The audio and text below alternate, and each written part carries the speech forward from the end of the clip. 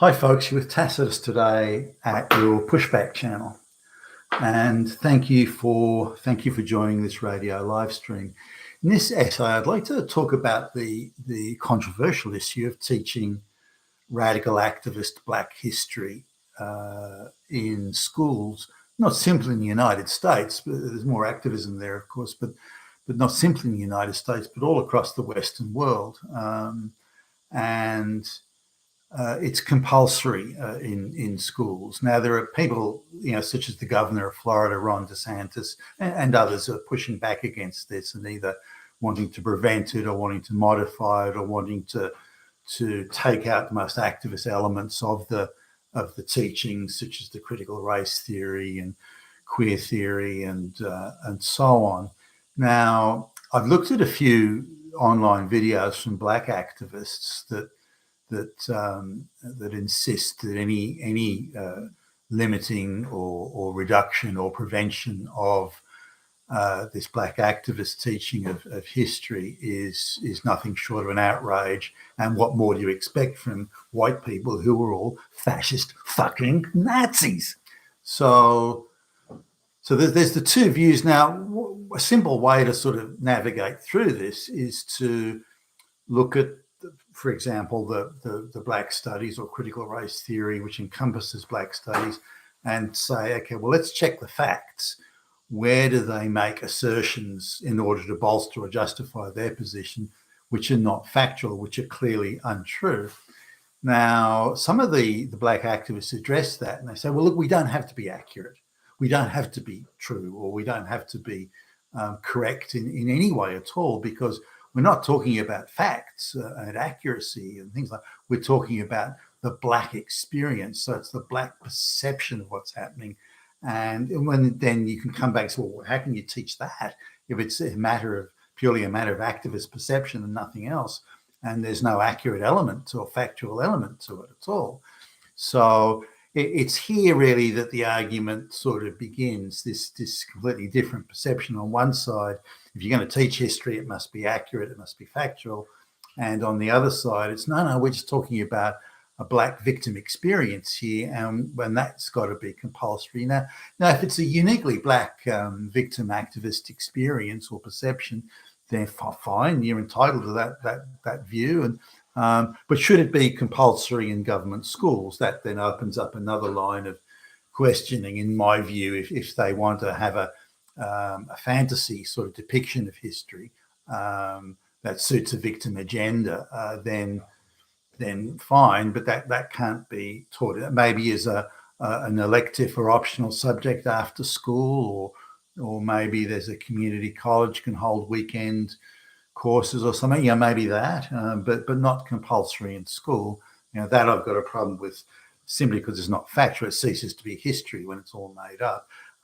The argument that because it's a Black experience or a Black perception, that others must be forced to accept that Black experience and Black perception, an activist one at that, with very Marxist sort of shades in it, then I don't agree with that others should be forced to do it, or that anyone should be forced to do it for that matter, given its lack of accuracy and thus its lack of utility. Now, the activists come back and say, well, no, you white people and everyone else has to understand our pain. Slavery.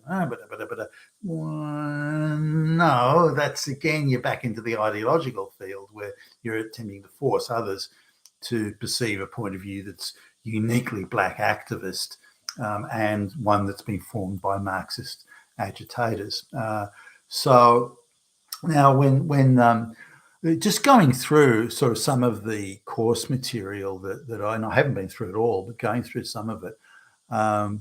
They're insisting that any Black person shot by a white person, it's a result of racism, fascism, Nazis, white supremacy, yada yada yada.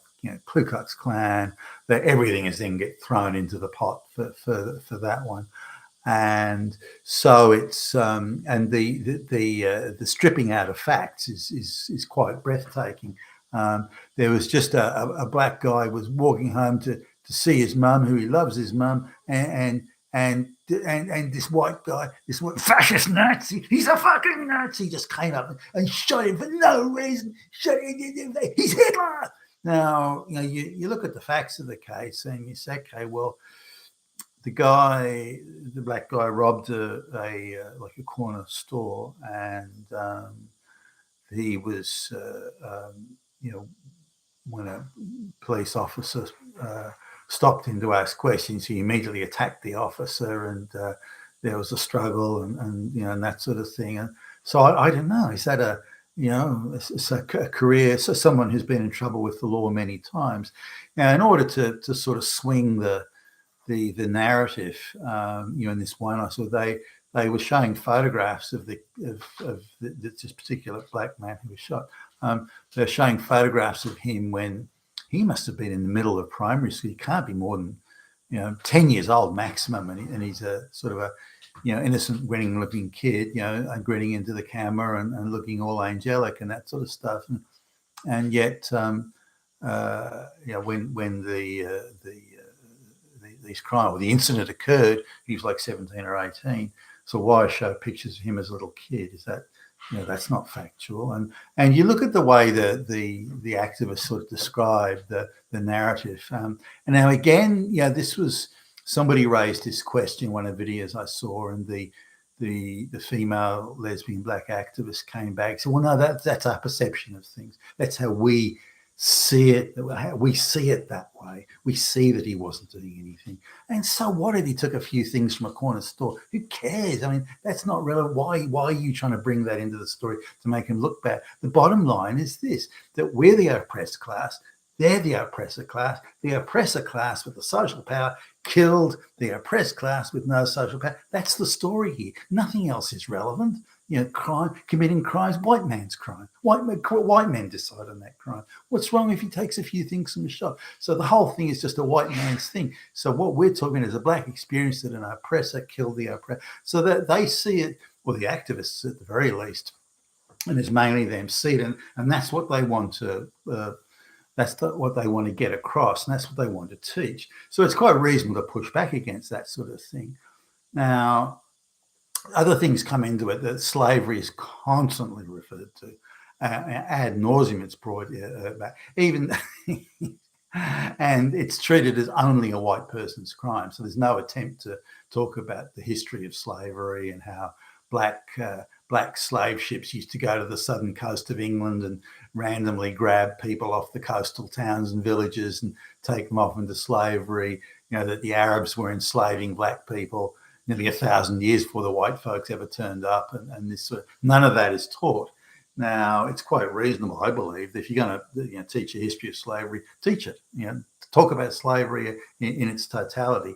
But the fact they want to concentrate only on they want to start precisely the time when white people were involved in the slave trade, ignore all other slavery activity around the world and anywhere else, ignore blacks enslaving each other, ignore all that, and just say it was white people and misrepresent that. So I had a problem looking at the course material, the bits that I saw at least, where the deliberate evasion, they wanted to evade facts that may be inconvenient to the narrative, and to make assertions that simply don't stack up to any known facts. And again, to bring it back to a very childlike and Marxist perception of the black experience. My mum wouldn't let me have the candy bar shot because she hates me. But they're that sort of childlike perception of a situation. They're putting that actually into the course material. So I think teaching black history, or all history for that matter, I think that's valid. But to teach it accurately and in its totality and in its proper perspective, that similarly is important. But that's not what this black activist history does. They cut out anything. They begin with a narrative, which is in itself very Marxist. They begin with a narrative of social power, oppression, victimhood, and all that stuff. They begin with, and then create an entire course, an entire body of information that seeks only to uphold that narrative. And if that means you ignore lots of facts, you ignore lots of reality and lots of perspective and context, then fine, they're okay with that. Up to and including, by the way, yeah, outright inventions that they mold into assertions, and little things like putting the picture of the black guy that was shot, putting a picture of him when he was 8 years old, giving the inference that white people are running around killing kids, black kids. And then ignoring the bit where he robs the store, ignoring the bit where he tries to beat up the policeman. And bear in mind, you're one of these guys. He weighs over 200 pounds and he's 6'4". So, and again, history of aggressive behaviour, and that's all taken out. So until those things are accurate, depicted accurately, then I don't think they do have a place in school. Certainly not as a mandatory course, anyway.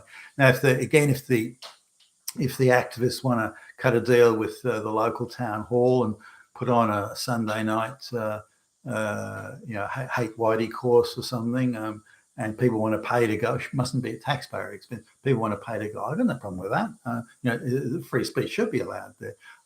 But that works both ways. Now, again, the activists come back with the other side and say, no, we must have more free speech because we're the oppressed class. Why should the class with social power, the oppressors, why should they have right to free speech?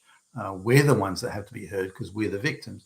Now, again, that's a uniquely activist perspective, which allows them to tell as many lies as they want and to omit as many facts as they want in order to spin the narrative. So I think just looking at what I saw, facts are ruthlessly being stripped out, and the narrative is being maintained at all costs, and whether that means 100 or 1,000 lies, hey, who cares? We're running a narrative here. But the comeback is that no, hey, we don't have to be accurate. We don't need facts, white boy. This is the black experience. You must understand. That's how we see things.